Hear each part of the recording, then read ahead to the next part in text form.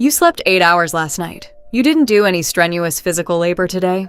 You didn't run a marathon, lift heavy boxes, or spend hours at the gym. And yet, by the time evening arrives, you feel completely drained. Not sleepy exactly, but depleted. In a way that's hard to explain to anyone who asks why you're so tired when you didn't even do anything. There's a word for this in Japanese that most people outside Japan have never heard, and that even many people inside Japan use constantly without ever stopping to examine what it's actually describing. The word is Kizukare, literally spirit tiredness, or more precisely, exhaustion caused not by physical effort, but by the invisible labor of paying attention to other people. This isn't laziness, it isn't a lack of sleep, it isn't even, in most cases, a medical problem. It's a specific, nameable kind of fatigue that modern life has made almost universal. And most of us have never had a word for it, which means we've never been able to properly identify it, address it, or protect ourselves from it. By the end of this video, you may finally have language for an exhaustion you've been feeling your entire adult life without ever being able to explain. Let's begin with the word itself, because understanding it precisely matters. Kizukare combines two Japanese words, kai, which refers to a kind of vital energy or spirit. The same kai found in words like genki, energetic, well, or tenki, weather, literally heaven's energy, and tsukare, which simply means tiredness or fatigue.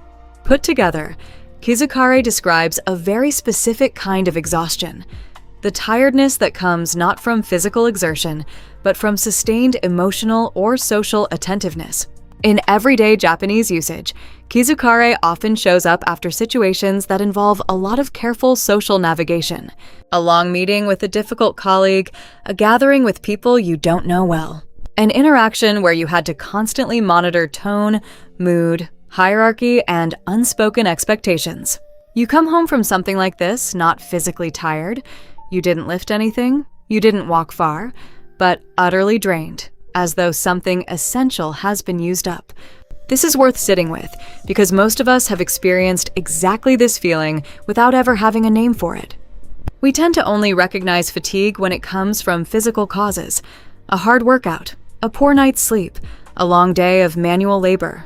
When exhaustion arrives without any of those obvious triggers, we often become confused by it, even suspicious of ourselves. We wonder if we're lazy or unmotivated or perhaps dealing with some underlying health issue. Kizukare offers a different, more accurate explanation. Some forms of tiredness aren't physical at all. They're relational. They're the cost of attention. To understand why this happens, it helps to look at what psychologists call cognitive load, a term describing the total amount of mental effort being used in your working memory at any given moment.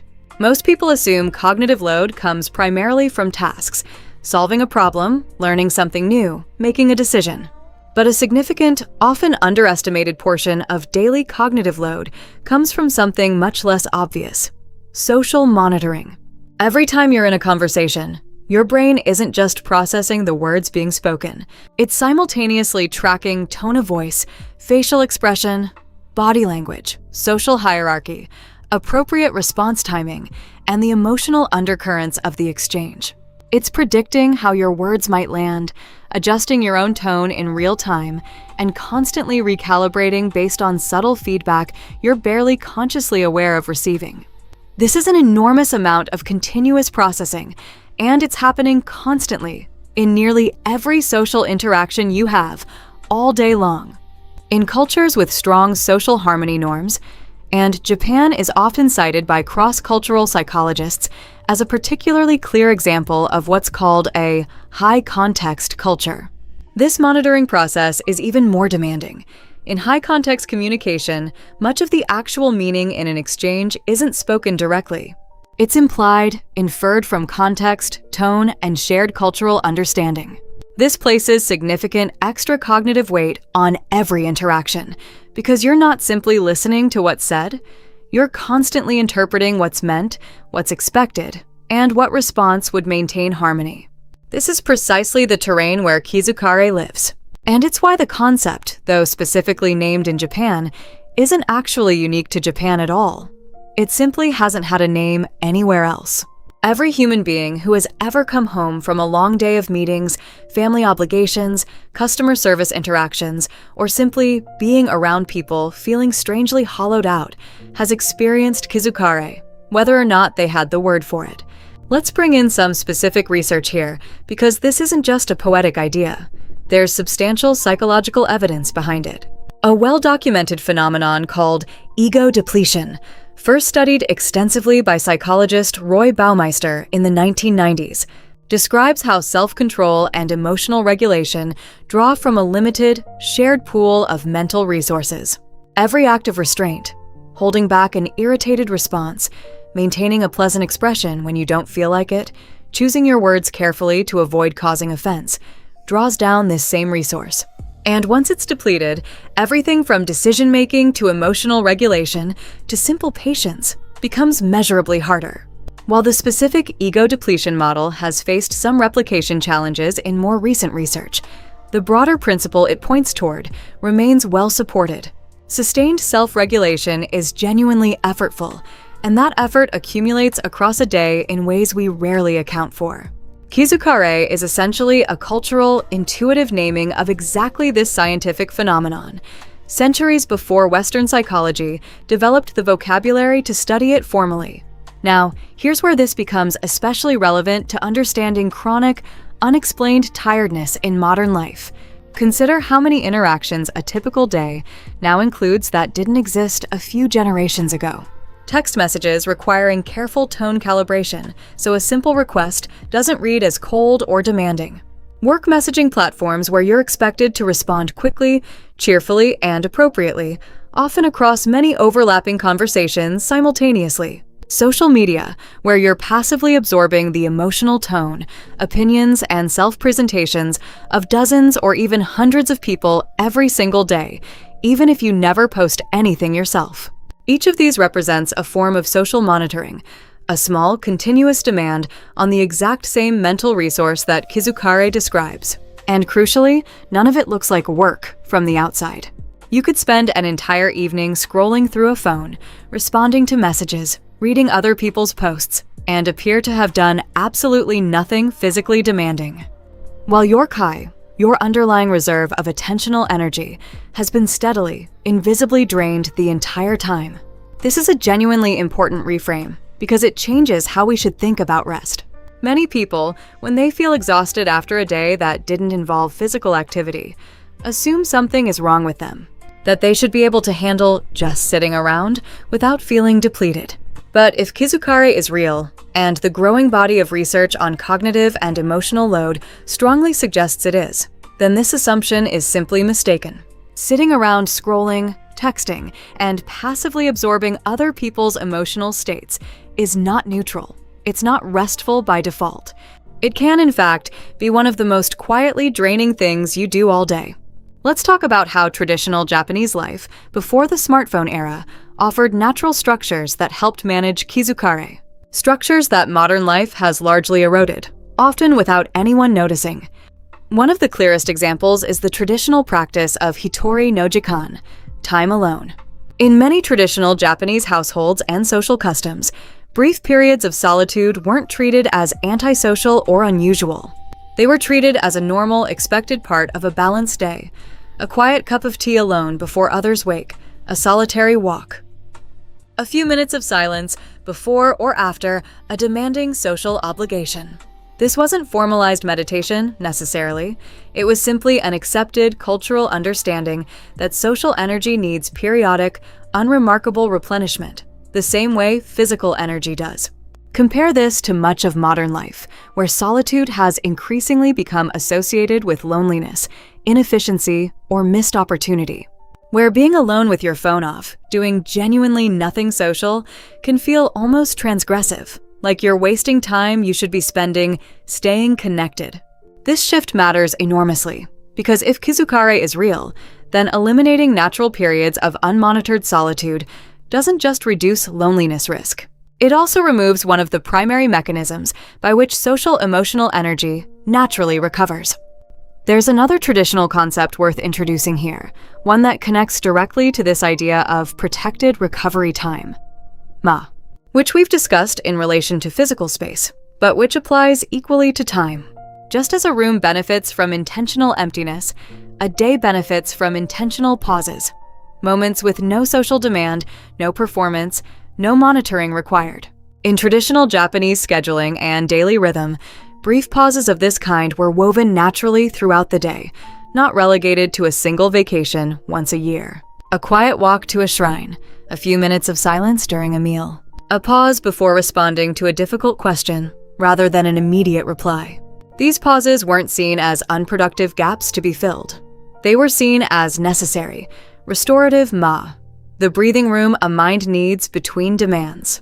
Now, let's connect this to another concept we've touched on before, because it directly relates to why Kizukare can feel so relentless: omoyari, the practice of anticipating and caring for others' feelings before they're expressed.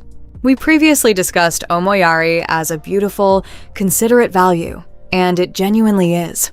But it's worth being honest about its cost, too. Omoyari, practiced constantly and without any counterbalance, is cognitively and emotionally expensive. Every act of anticipating someone else's needs, adjusting your behavior to avoid causing them discomfort, monitoring the emotional temperature of a room before you speak. All of this draws directly from the same ki that Kizukare describes as depleted. This isn't a criticism of omoyari itself, which remains a genuinely valuable social practice. It's a recognition that even good, pro-social behaviors have a real cost, and that cost needs to be acknowledged and managed, not simply expected to be free. A culture, or an individual, that practices high levels of omoyari without also protecting adequate adequate solitude, adequate recovery time, is essentially running a chronic energy deficit. And chronic energy deficits, whether physical or social, eventually produce exactly the kind of unexplained, persistent tiredness so many people report today. Let's bring in a bit more psychology here, because there's a specific, well-researched phenomenon that maps almost perfectly onto Kizukare, what researchers call surface acting, a concept from emotional labor research originally developed by sociologist Arlie Hochschild in the 1980s. Surface acting refers to the effort of displaying an emotion you don't genuinely feel, smiling when you're annoyed, sounding enthusiastic when you're exhausted, appearing calm when you're anxious. Multiple studies across service industries, healthcare, education, and customer-facing professions have consistently found that surface acting is strongly associated with burnout, emotional exhaustion, and even physical health consequences over time, independent of how physically demanding the actual job tasks are. This research strongly validates something Kizukare has intuitively named for far longer than Western psychology has studied it.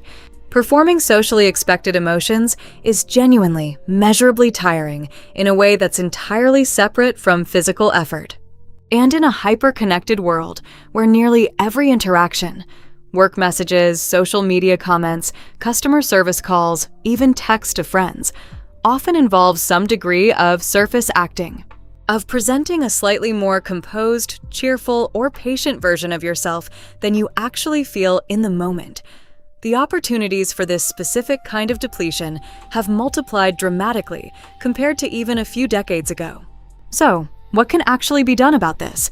Let's move from understanding the problem to addressing it practically. Because recognizing Kizukare is only useful if it changes how you structure your days. The first practical shift is simply learning to recognize Kizukare for what it is when it happens. The next time you feel inexplicably drained after a day that wasn't physically demanding, resist the urge to assume something is wrong with you, or that you should simply push through with more willpower. Ask instead, how much social or emotional monitoring did today actually require? How many conversations demanded careful tone management? How many messages needed careful wording? How much time did you spend absorbing other people's emotional states through screens? Naming the specific cause of your fatigue, rather than treating it as vague and unexplained, is itself a meaningful first step, because it allows you to address the actual source, rather than reaching for solutions. More sleep, more caffeine, more willpower, that don't target the real depletion. The second practical shift involves deliberately reintroducing MA into your daily structure, Not as a single annual vacation, but as small, regular pockets of genuinely unmonitored time. This doesn't require elaborate ritual. It can be as simple as 5 or 10 minutes with your phone in another room, doing nothing social at all. Not even passively scrolling, which, as we discussed, still counts as monitoring. A short walk without headphones, without checking messages. A meal eaten without a screen. The goal isn't to eliminate social connection, which remains genuinely important for well-being. The goal is to ensure that connection is balanced by regular, protected periods where your ki isn't being asked to perform, anticipate, or monitor anything at all. The third practical shift is learning to distinguish between restorative solitude and passive consumption, because they are not the same thing, even though they can look identical from the outside. Scrolling through social media alone in a quiet room might appear to be solitude, but if you're absorbing other people's opinions, emotional states, and self-presentations the entire time, you're still engaged in a form of social monitoring, just a passive, one-directional version of it. Genuine Ma requires stepping fully outside that monitoring loop, even briefly. No feeds, no messages, no performance to track, not even someone else's performance to observe. The fourth shift is more relational, and it involves a concept related to omoyari. Recognizing when your own consideration for others has become so constant that it's left you with nothing in reserve. This doesn't mean abandoning kindness or consideration for others. It means recognizing that sustainable omoyari requires a foundation of personal ki to draw from, and that protecting your own recovery time isn't selfish, but is in fact what allows you to keep offering genuine consideration to others over the long term, rather than running on empty and eventually offering only the depleted, resentful version of kindness that comes from chronic Kizukare. There's a broader cultural point worth making here before we close, because it would be easy to treat this entire discussion as simply a call to withdraw from other people. That's not the lesson of Kizukare, and it was never the point of the concept in Japanese culture either. Social connection, consideration for others, and emotional attentiveness remain deeply valuable, deeply human capacities. Kizukare isn't an argument against social effort. It's an argument for honestly acknowledging that social effort has a real cost. So that cost can be intelligently managed rather than silently, chronically absorbed until it produces the kind of persistent, unexplained exhaustion that so many people today simply accept as a normal part of adult life. Perhaps the most valuable thing about having a specific word for this experience is simply this. It stops you from blaming yourself for a kind of tiredness that was never a personal failing to begin with. You're not lazy for feeling exhausted after a day of nothing. You're not weak for needing quiet time after a socially demanding week. You are, quite simply, a person whose ki has been spent, and like any spent resource, it can be, and needs to be, replenished. Maybe the tiredness you've been quietly carrying, the kind that doesn't make sense on paper, finally has a name. And maybe naming it is the first step toward finally, deliberately, giving it what it actually needs. Thinking back over the last few days, can you identify a moment of Kizukare? A time you felt drained not from physical effort, but from the quiet work of managing how you showed up for other people? If this finally gave language to something you felt for a long time, helps this reach more people carrying that same quiet exhaustion. And if you'd like more of these grounded explorations of Japanese wisdom, subscribing means the next video finds you when you need it. Feel free to share this with someone who might be running on empty without quite knowing why.